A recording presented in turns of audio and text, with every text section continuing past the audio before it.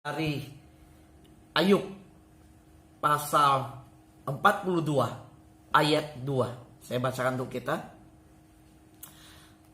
Ayub pasal 42 ayat 2. Demikian firman Tuhan.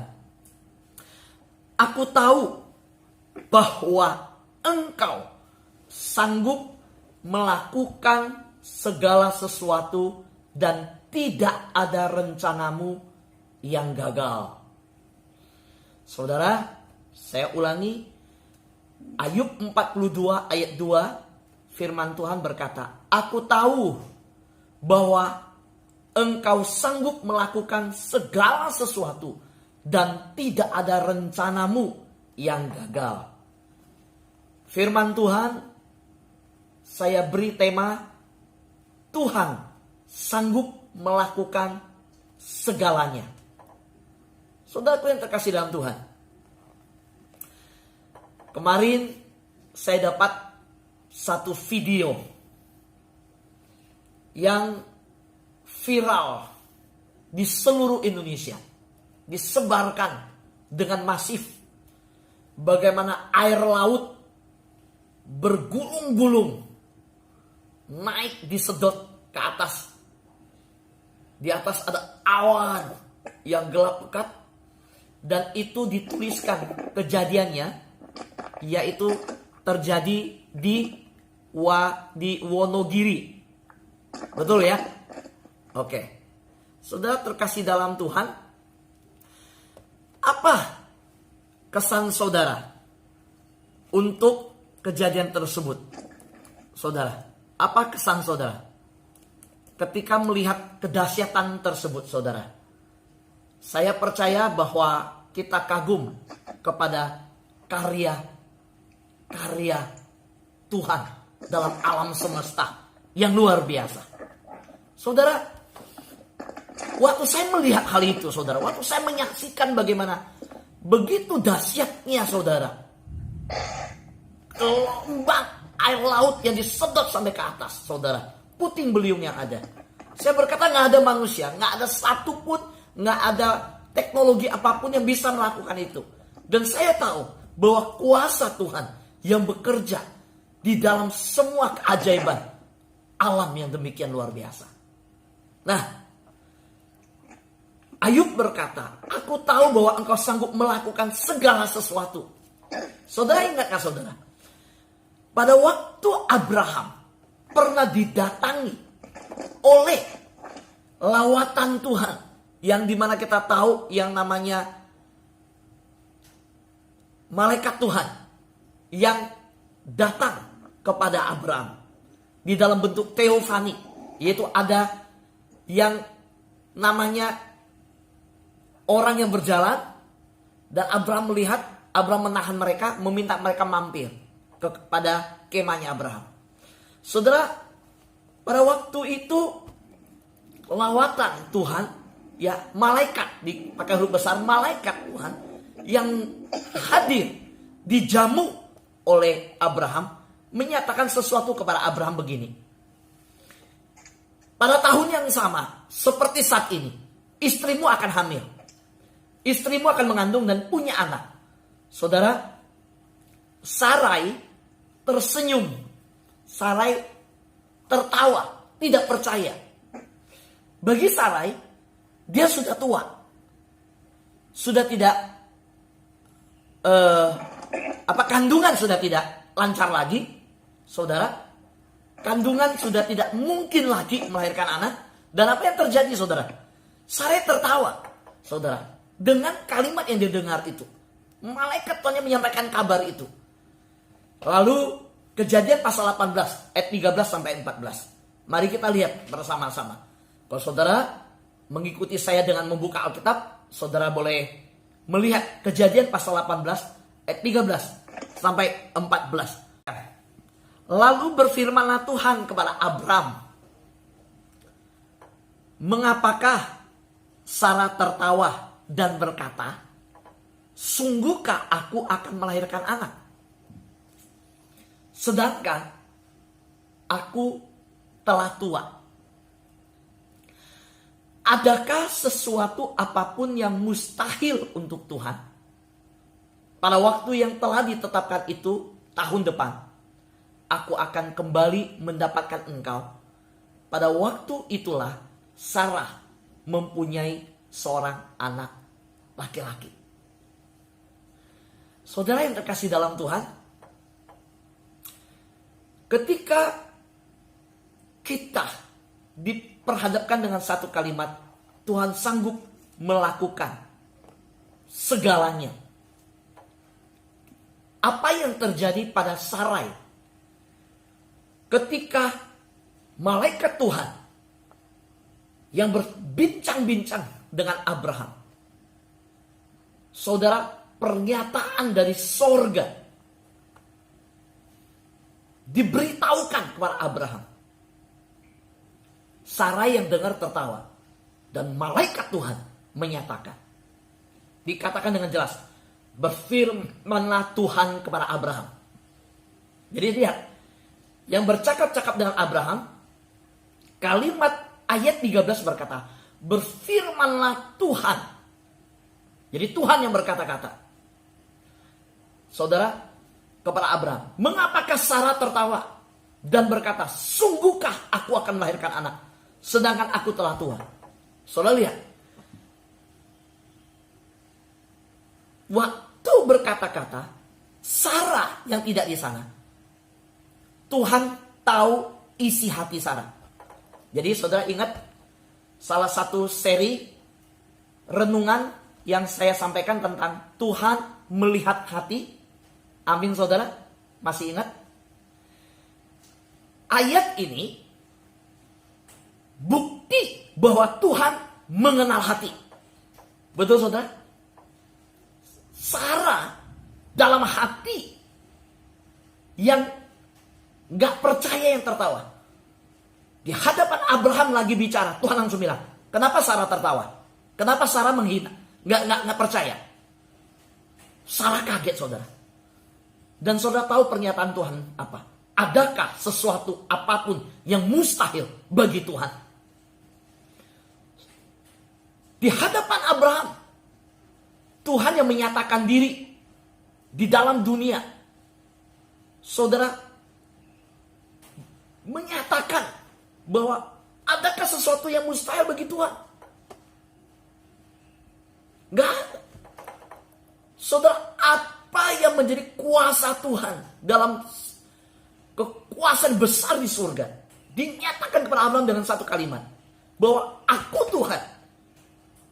Kalau menetapkan sesuatu, aku gak butuh persetujuan. Dengar baik-baik saudara. Tuhan melakukan rencananya gak butuh persetujuan manusia. Katakan di hati kita amin. Amin. Tuhan gak butuh persetujuan. Kalau Tuhan melaksanakan dalam kemahakuasaannya rencananya, tidak bisa dibatasi oleh keadaan manusia. Keadaan Sarai kan tua, mandul, mati, haid. Sudah gak bisa. Betul? Maaf kata secara kedokteran, sudah gak menstruasi. Betul? Semua. Saudara dengar, kemahakuasaan Tuhan. Ketika Tuhan sanggup melakukan sesuatu, tidak ada yang bisa menghalangi rencana Tuhan. Dan tidak ada yang dapat menggantikan rencana Tuhan. Tuhan maunya seperti itu. Kenapa saya katakan tidak dapat yang menggantikan? Waktu Sarah memberikan Hagar kepada Abraham, Tuhan gak mau. Silakan kamu lakukan. Tapi rencana saya dari Sarah. Tetap harus lewat Sarah. Amin saudara. Jadi rencana Tuhan tidak butuh persetujuan kita. Rencana Tuhan tidak bisa dibatasi. Rencana Tuhan tidak bisa digantikan oleh rencana manusia. Rencana Tuhan pasti terlaksana. Amin. Hari ini, apa pergumulan kita? Ketika kita dengarkan firman Tuhan, kita alami pergumulan apa dalam hidup kita? Dengar, Tuhan sanggup melakukan segalanya. Dan kita ketika mendengar firman Tuhan ini, kita dalam posisi yang bukan sanggup melakukan segalanya. Kita ini terbatas saudara. Terbatas, saudara. Terbatas. Disapu sama ombak aja hilang, saudara. Rob itu air, ketika air laut naik, jebol bendungan yang manusia bikin. Jebol, saudara. Nggak bisa ngapa-ngapa, saudara.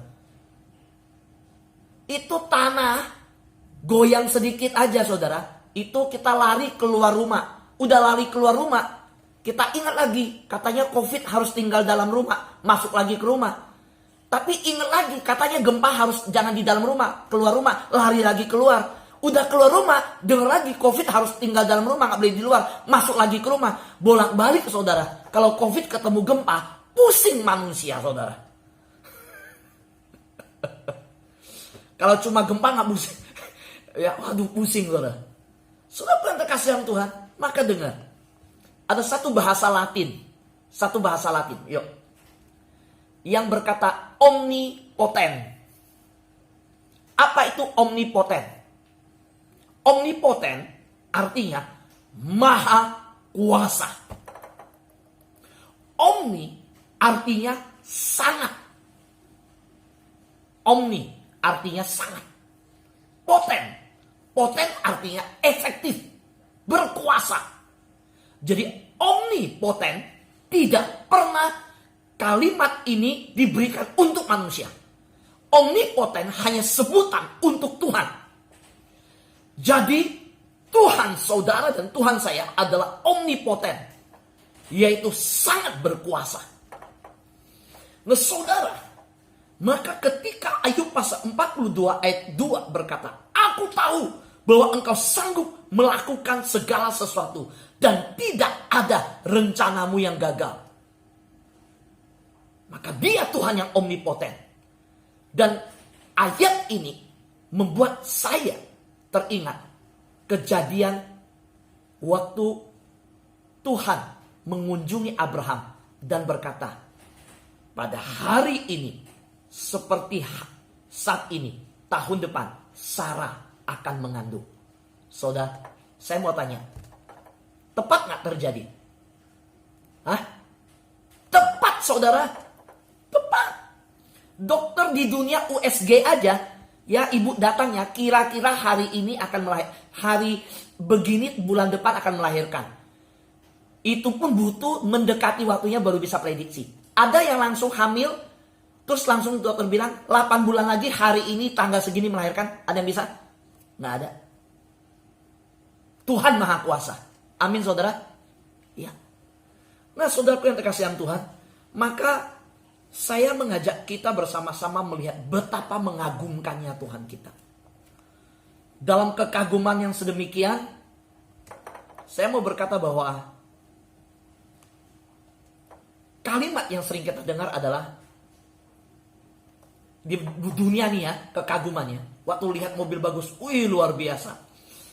Waktu lihat mobil yang unik, wah kita kagum. Apalagi ya kagum ya. Kadang-kadang saya lihat banyak orang kagum dengan kejadian demi kejadian. Seperti musik yang wah kagum. Lihat rumah yang dari atas, ya, dilihat dicet-cet atap rumah dicet-cet begitu ya. Satu perkampungan dilihat dari atas. Wih, orang kagum. Gitu. Karya yang luar biasa. Saudara, sayang ya. Kata mengagumkan ya. Oh, lihat ini bagus, mengagumkan. Itu sebenarnya lebih cocok bukan untuk manusia. Saya mau berkata hanya Tuhan yang Maha Kuasa yang mengagumkan. Manusia yang tidak Maha Kuasa dalam semua karya arsitektur, dalam karya apapun di dunia, tidak ada yang mengagumkan. Hanya Tuhan yang paling mengagumkan. Amin saudara. Ingat lagu yang berkata, ku kagum hormat akan engkau. Ku kagum hormat akan engkau. Saudara, mengapa saya berkata hanya Tuhan yang mengagumkan? Karena lihat, ketika bicara tentang Abraham, Sarah yang mengandung, saya mengatakan bahwa Tuhan sanggup melakukan segala sesuatu. Dalam Alkitab ada 4 kata yang terus berulang. Tidak ada yang mustahil bagi Allah. Tidak ada yang mustahil bagi Allah. Tidak ada yang mustahil bagi Allah. Tidak ada yang mustahil bagi Allah. Dicatat di mana? Yeremia pasal 32 ayat 17 dan ayat 27. Lukas pasal 1 ayat 37 dan pasal 18 ayat 27. Saudara, ketika Ayub di 42 berkata, tidak ada rencana Tuhan yang gagal. Tuhan sanggup melakukan segalanya. Saudara, ketika saya melihat Alkitab, ungkapan ini memiliki makna, saudara, ketika kita berkata, bagi Tuhan tidak ada yang mustahil. Amin, saudara. Bagi Tuhan tidak ada yang mustahil. Nah, saya bacakan, saudara. Yeremia pasal 32 ayat 17. Ah, Tuhan Allah, sesungguhnya Engkau, ya, Allah segala makhluk. Adakah sesuatu apapun yang mustahil? Ya, untuk Tuhan. Saya ulangi, Yeremia pasal 32 ayat 27. Sesungguhnya akulah Tuhan, Allah segala makhluk. Adakah sesuatu apapun yang mustahil untuk aku? Yeremia 32 ayat 27. Saudara, kalau kita melihat Lukas pasal 18 ayat 27, Yesus berkata, ini kalimat Yesus nih, di perjanjian baru ya. Kalau tadi perjanjian lama. Apa yang tidak mungkin bagi manusia, mungkin bagi Allah.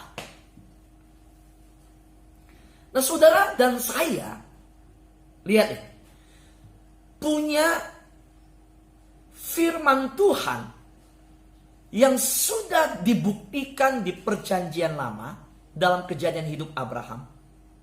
Saudara, kalau bicara hal yang mustahil, sudah terjadi 10 tulah di Mesir, kita sudah membaca, kita tahu. Kita sudah melihat apa yang terjadi dalam kehidupan keturunan Abraham. Abraham istrinya mandul. Ishak istrinya mandul. Yakub istrinya mandul. Ternyata ada sebuah bangsa yang besar namanya Israel. Saudara, hari ini kita berhadapan dengan kejadian-kejadian dunia yang begitu dahsyat.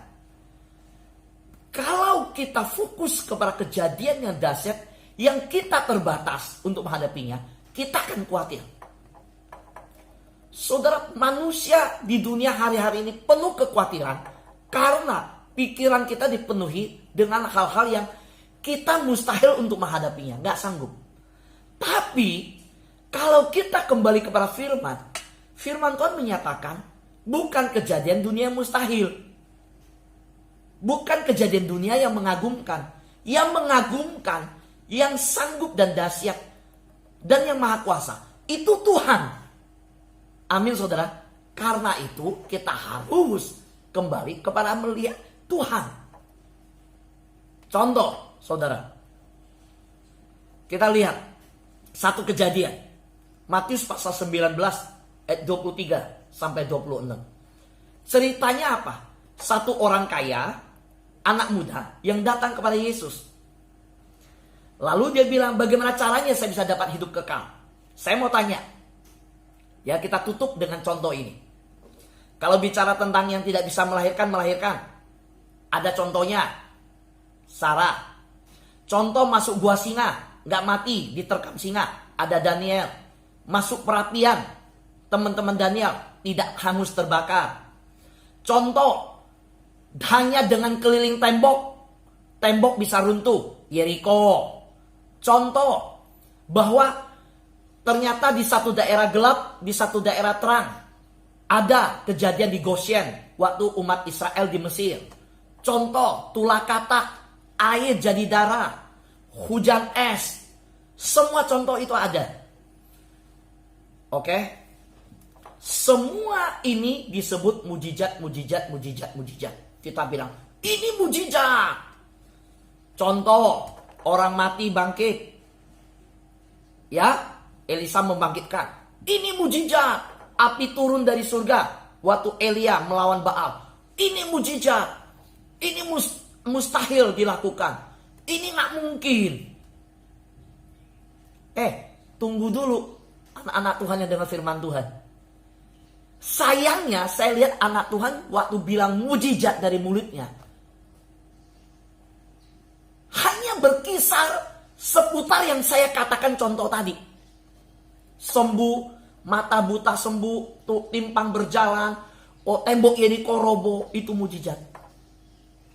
Puncak, klimaks dari seluruh mujizat yang dicatat Alkitab, dan Tuhan izinkan itu terjadi, dan Tuhan yang melakukannya.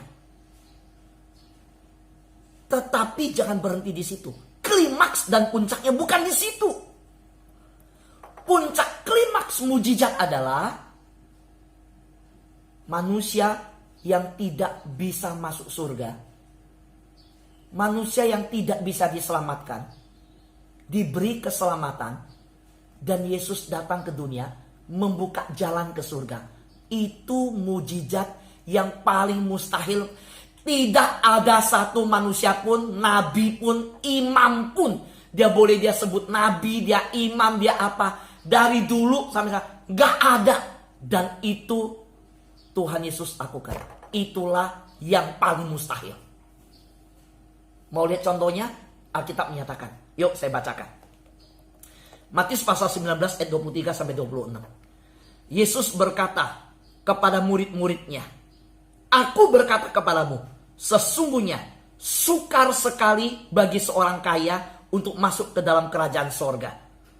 Sekali lagi aku berkata kepadamu, lebih mudah seekor unta masuk melalui lubang jarum daripada seorang kaya masuk ke dalam kerajaan Allah." Stop dulu di sini. Perhatikan. Saudara, unta masuk melalui lubang jarum. Kalau sampai bisa terjadi, itu mujizat gak saudara? Mujizat gak? Mujizat. Ada yang bisa? Ada yang sanggup? Gak sanggup kan? Tuhan Yesus ngomong nih. Jadi ceritanya ini kisah tentang anak muda kaya yang datang ke Yesus, tanya bagaimana caranya saya bisa masuk surga. Betul? Yesus suruh jual hartanya. Dia sedih, dia pergi tinggalkan Yesus. Dia gak bisa. Terus Yesus ngomong begini, "Aku berkata kepadamu, sukar sekali bagi seorang kaya untuk masuk kerajaan surga." Dan di bagian Matius ini, Yesus pakai kerajaan surga dan kerajaan Allah. Lengkap. Sukar masuk. Dan Yesus bilang, lebih mudah unta masuk ke lubang jarum. Saya mau tanya, dengar kalimat ini aja, murid-murid kaget luar biasa. Saudara dengan firman Tuhan kaget. Gimana imajinasi unta masuk lubang jarum? Tapi bagi Tuhan, gampang kok. Unta masuk lubang jarum, kalau Tuhan mau berkehendak, tetap bisa. Betul gak saudara? Sanggup. Tapi dengan perkataan ini membuat murid-murid goncang. Ayat selanjutnya. Ketika murid-murid mendengar itu, sangat gemparlah, heboh. Saudara, gempar, heboh. Mereka gempar dan heboh dan berkata, "Jika demikian, siapakah yang dapat diselamatkan?" Siapa?